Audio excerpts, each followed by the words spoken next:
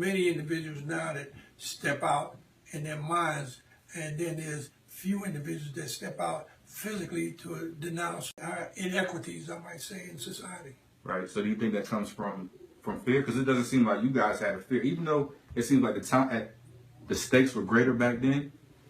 Right. And I could be wrong, but it seemed like the stakes were greater back then to speak out against racism. Right. But you guys weren't scared of that. Yeah, well, that's the problem. It's not just the athletes; it's society as a whole. You know, it's the fear factor. You know, I'm fearful that I might lose my job, or I'm fearful that this might not happen, or I'm fearful I might not be able to move into that neighborhood. But you have to realize that everyone that's in history, everyone that's done everything relative to social justice, all of them had to confront fear. Mm-hmm. You know, you think that Rosa Parks didn't have fear when she sat in that seat on the bus? Right. Or you think Paul Robeson didn't have fear when they told him they was going to take his passport away from him?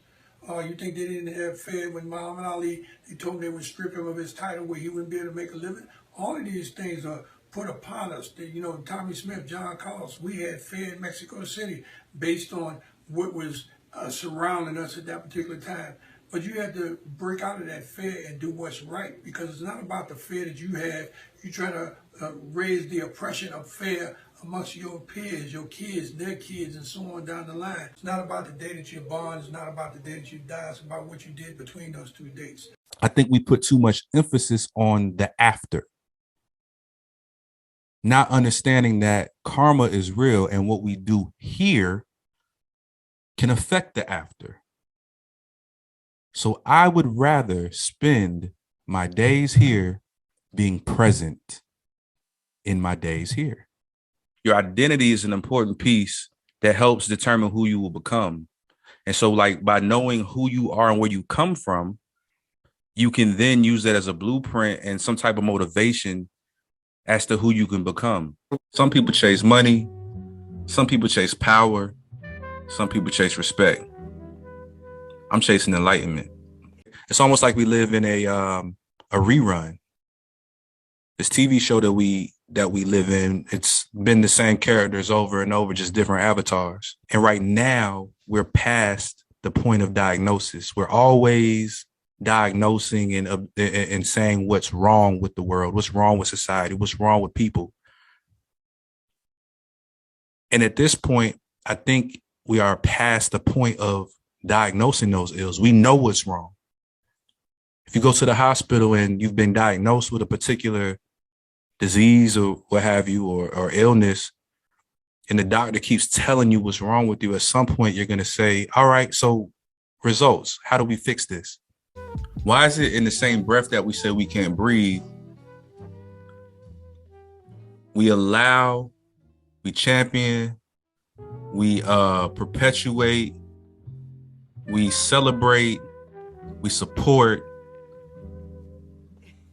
our own demise through music, through the way we treat each other, through the things that we consider to be popular? Why is it that why do we do that?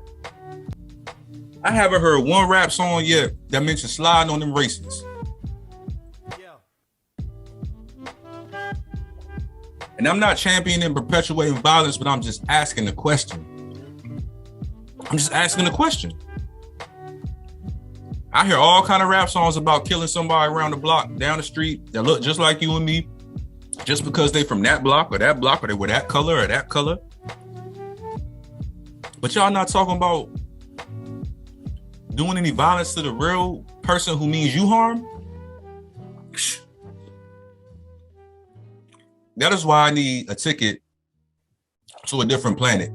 I don't know which planet we're going to first. I don't know which one we already been to. I don't know which one they set up shop on. But if you're listening, I need a ticket.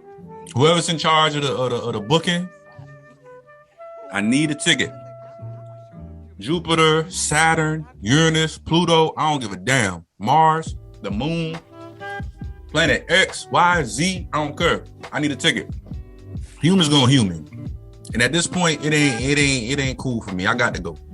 So whoever's in charge of booking those flights to Mars or wherever planet we have already colonized, I need a family pack.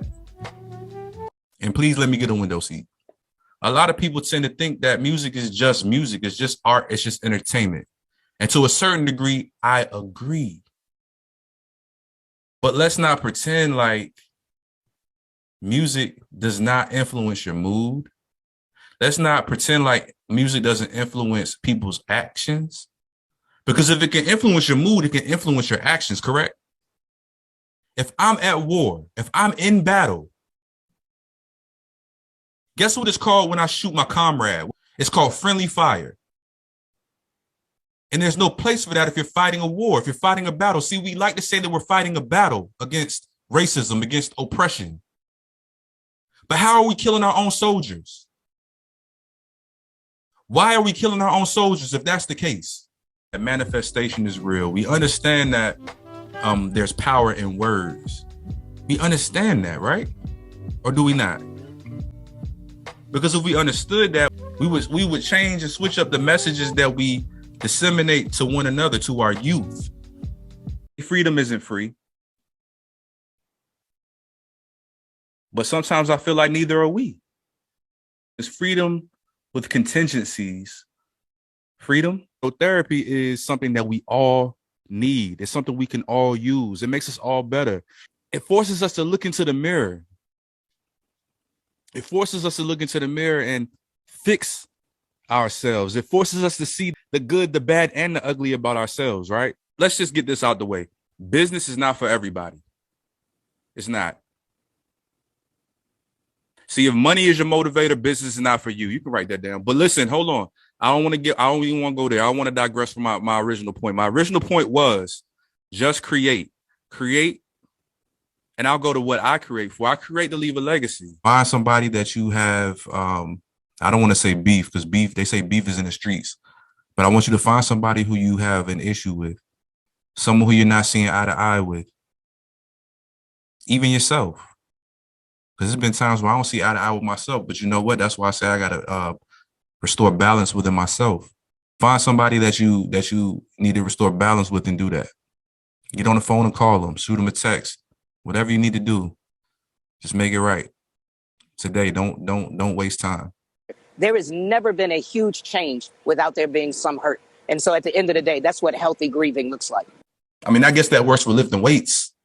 No pain, no gain. But do we really have to keep losing people in order for change to happen? You're kind of forced into this belief system that you don't know if you truly believe in. And so you're kind of you're indoctrinated, because as humans, we feel like we need to belong, even if it means fitting a circle into a square. You know, if you try to force a puzzle piece where it doesn't belong, the puzzle isn't complete.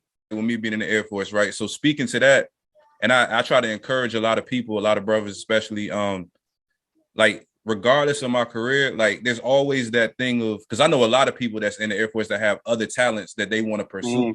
But because you feel like you're stuck in that box, it's hard to get out of it. Yeah, they'll look at you crazy who want to leave the Air Force and do something. I want to go play the guitar. Like, yeah, crazy, man. Like, you know, like the Air Force, like, man, that's a great career. Even inside the military, it's still one of the higher. I'm saying it's higher up there. It is, but you know, but one thing I learned is, like, while you're in, and it's a message to everybody that's into, like, while you're in, don't let it stop you from pursuing what you want to do. So, like you said, people, it's not necessarily about leaving it, but learning how to do what you want to do while you're in it. You know what I'm saying? But life is a constant journey. So we're always becoming the best version of ourselves. You're molded into this person. That's your identity, right? Right? Or is it? Like, who am I? Social issues aside, right? You're trying to figure out who you are as a person. Insert social issues, and now you're really confused. And it takes a while. But that feeling of knowing who you are is nothing like it. It's all cool to be hopeful and you know, think change gonna come. But change isn't gonna just come. We have to create change. It's not gonna fall out of thin air. So let's get together and create the change that we actually want to see, touch, and hold. Love y'all. Peace.